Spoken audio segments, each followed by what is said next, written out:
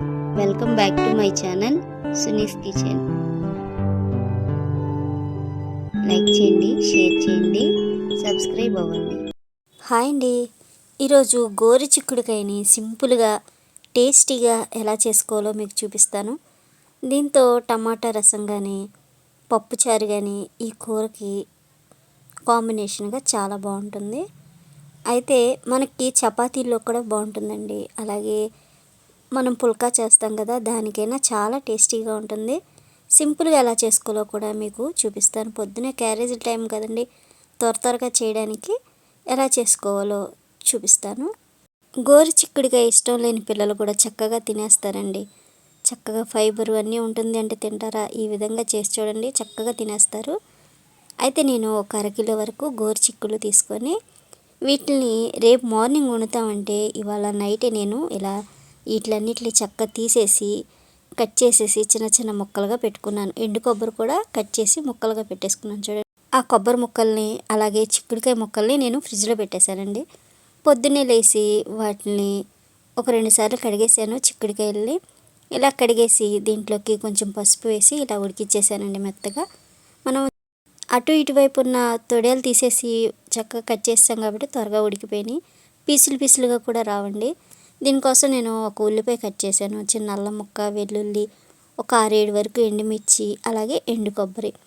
ఇక దీంట్లోకి మనం కారం వేయమాట. ఇక ఈ ఎండుమిర్చితోనే కారం. ఇక ఇప్పుడు వీటిని మిక్సీ పట్టేసుకుందామండి, వాటర్ వేయకుండా.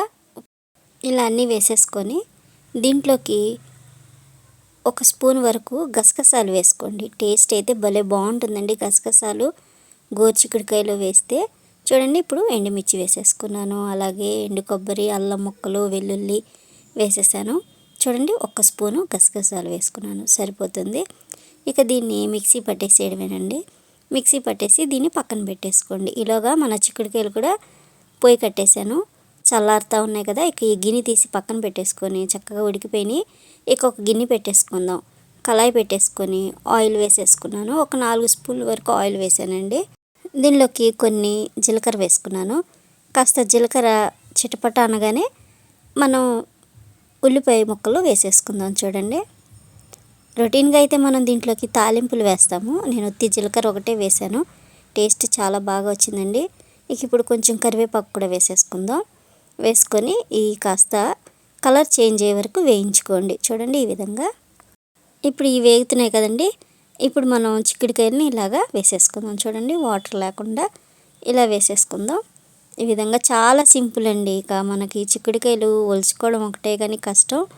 ఈ విధంగా మనం అన్నీ రెడీ చేసి పెట్టేసుకున్నాం అనుకోండి, ఉదయాన్నే పిల్లలకైనా క్యారేజీల్లోకైనా మనకి ఈ ఎండకి మనం వంట చేయలేమండి. ఒక 10:30-11 అవుతూ ఉంటే ఇక ఎండ మండిపోతూ ఉంటుంది. ఇక పొద్దున్నే ఈ విధంగా చేసేసుకున్నాం అనుకోండి, మనకి 11 మనకి పని అంతా అయిపోతుంది కదా. ఇక సాల్ట్ వేసేసుకుందాం. దీనికి ఎంత సరిపోతుందో అంత సాల్ట్ వేసేసుకొని ఇక దీని మీద మూత పెట్టేసి వదిలేద్దామండి. కలిపేసిన తర్వాత అప్పుడప్పుడు మధ్యలో ఇలా తీసి చూస్తూ ఉండండి. మనం ఉప్పు వేసాం కాబట్టి వాటర్ వస్తుంది, వాటర్ అంతా పోయి ఇలా చక్కగా మగ్గిపోతుంది కదా. చూడండి, ఇప్పుడు మగ్గిపోయింది. ఇప్పుడు మనం కొబ్బరిని అలాగే ఎండుమిర్చి వీటిని మిక్సీ పట్టాం కదా, ఇలా వేసేసుకోండి. చూడండి, ఈ విధంగా వేసేసుకొని ఒకసారి కలిపేసుకుందాం. చూడండి, మంచి కలర్లో ఎర్రగా మనకి కారం వేయకుండా చాలా చక్కగా వచ్చింది కదా. చూడండి, సింపుల్గా కూడా అయిపోద్ది. పిల్లలు కారం తినని పిల్లలకైతే ఈ కర్రీ భలే బాగా నచ్చుతుందండి.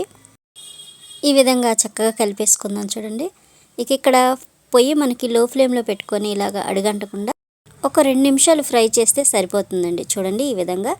ఇక మనం కొత్తిమీర సన్నగా కట్ చేసి కొత్తిమీర వేసుకోవడమే. నేను పైన నువ్వులు కూడా వేసానండి, వేయించకుండా పచ్చి నువ్వులు ఉంటాయి కదా, 1 స్పూన్ నువ్వులు వేసాను. అది నాకు స్కిప్ అయిపోయింది వీడియో. ఇక మీరు నువ్వులు కూడా వేసారనుకోండి, పైన అక్కడక్కడ నువ్వులు కనిపిస్తూ చాలా బాగుంటుంది. పిల్లలు కూడా టేస్టీగా తింటారండి. చపాతీలోకి బాగుంటుంది, రైస్కి బాగుంటుంది.